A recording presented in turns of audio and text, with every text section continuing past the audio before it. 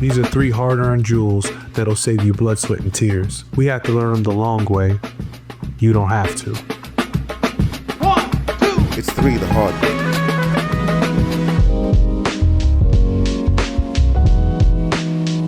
I think it's hard to go through those dips when you're immersing yourself in it. Yeah, when you're constantly immersing yourself in those worlds of creativity, when design is happening all around you, when you have great references, being around like-minded people, creatives that see things like you do or maybe not like you do, like I think help feed the beast, feed that monster, you know? When a creative hits those lulls, I think it's a matter of resetting and trying to find new ways or old ways of inspiration again, you know? Like what are those go-to like places that you have? Maybe it's a museum, maybe it's an art gallery, maybe it's a concert that kind of reinvigorates those ideas to start, you know, coming to mind again.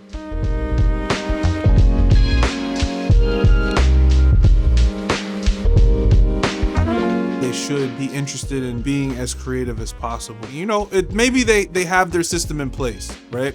They know exactly how they do things, and they know if I lay out this composition this way, I get it done in a few hours, I don't have to do anything else for the rest of the week. Good, it's over, I don't have to think about it. But demands are going to change. And if you get accustomed to only doing things one way, a lot of times when technology changes, you won't be able to adapt.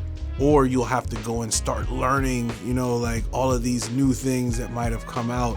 And in a lot of instances I've seen, it can be extremely overwhelming. Technology is changing rapidly, and if you're not paying attention to it, it's almost like you get left out in the middle of the ocean and you don't know which way to go, what to do, or anything, because you've been, you know, in your office, your cubicle, whatever you want to call it, doing the same thing over and over and over again. And it can be something as small as like your manager decides they want to go to a different department, or they want to take a new job. Somebody else comes in and starts to assess the situation, and they go, oh, we want to do things a little different. So what's your value? Or it could be the business. Maybe the business is going through a change and they need to downsize the graphic design department. Okay, well, what's your value? How can you move from one place to another? You might be in a situation where you haven't built on anything that you've done in such a long time that now you have to start all over. And because you didn't invest anything in yourself, it could be a tall task. I think you need to be growing. You need to be aware of what's going on. And I don't think you have to max out on your potential.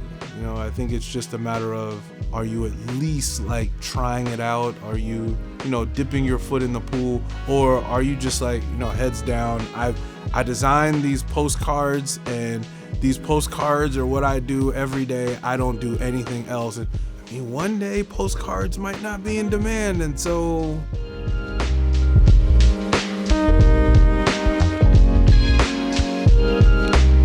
there's so many more jobs that we just need you to do the job.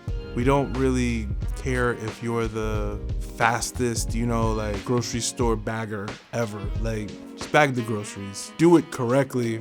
We're not trying to see if you're the fastest. That's not the job. And just because you're the fastest doesn't get you more than the other person. Whereas for us, in a lot of instances, if you can come up with something that's that engaging, that creative, like, there's notoriety for it, you know, and people will praise you for it, and folks will gravitate to you and put you on that pedestal. And so it just goes to show the privilege that we have as creatives and being able to like make a living as creatives. That's why it's so competitive. That's why it's necessary for you to put back into it, because there's somebody else out there that's doing a job that's 10x, 100x harder than just being a creative. So yeah, do a little bit work, like it's necessary, like give a little bit back, like, because you're in a position that you should be grateful for, because it could be a lot worse. 1